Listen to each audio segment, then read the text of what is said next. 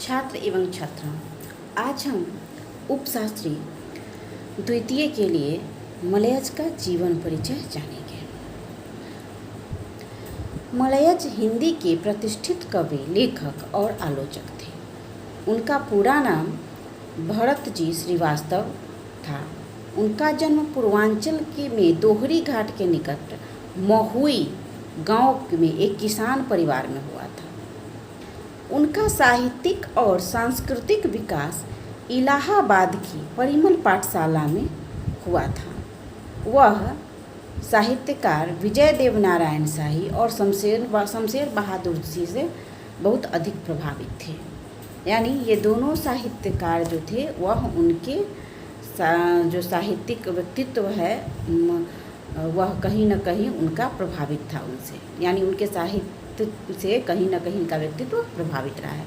इसके बावजूद वे न लोहियावादी थे और न ही कलावादी थे। यानी इन दोनों से प्रभावित होने के बाद भी न लोहियावादी थे और न ही कलावादी, बल्कि उन्होंने साहित्य में व्यक्तिवाद व कलावाद के आलोचक, निर्मम जो आलोचक कहते हैं इन दोनों के, उस रूप में वह ख्यात थे। यानी वे व्यक्तिवाद व कलावाद के निर्मम आलोचक के रूप में प्रख्यात थे।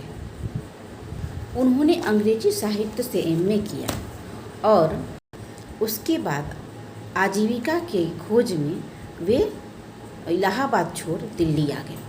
वहाँ प्रभाकर माचवे की मदद से कृषि मंत्रालय में अंग्रेजी पत्रिका की नौकरी करते हुए साहित्य सेवा में संलग्न रहे। दिल्ली में रहते हुए भी वे दिल्ली के मिजाज से दूर अपने लेखकीय धुन में रमे रहे। एक खास तरह की तटस्थ साफगोई उनके व्यक्तित्व व उनके स्वभाव से लेकर आलोचना में भी व्याप्त थी। यानी एक जो उनकी अपनी तटस्थता थी, अपनी एक मौलिक प्रतिभा थी, जिनका उन्होंने जो है वह हर व्यक्ति का कहीं ना कहीं जो मौलिक प्रभाव होता है उसके लेखन पर होता है, तो और उसके व्यक्तित्व का भी, तो कहीं ना कहीं उनके आलोचना में भी उनका जो साफगोई था, एक तटस्थ व्यक्तित्व था और उनकी जो जीवन शैली थी उसका प्रभाव कहीं ना कहीं उनके आलोचना में भी व्याप्त था। 1960 में लहर के बहुचर्चित कविता विशेषांक का संपादन करके मलयज ने संपादन कला के साथ नई कविता और 1960 के दशक के बाद की कविता, यानी 60 के बाद की जो कविता है जिसे साठोत्तरी कविता भी कहा गया है, के फर्क को पहली बार काव्यालोचना में उद्घाटित किया।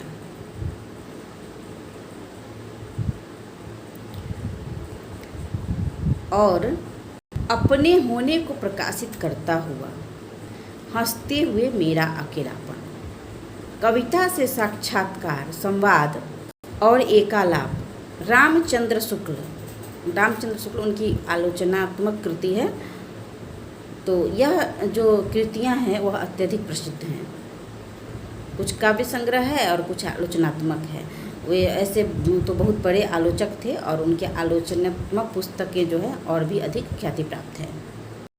यद्यपि उन्होंने आलोचना और कविता के अतिरिक्त अपनी मशहूर डायरी मलयज की डायरी लिखी, जो उनके निधन के पश्चात प्रकाशित होकर हिंदी साहित्य की अमूल्य निधि बन चुकी है।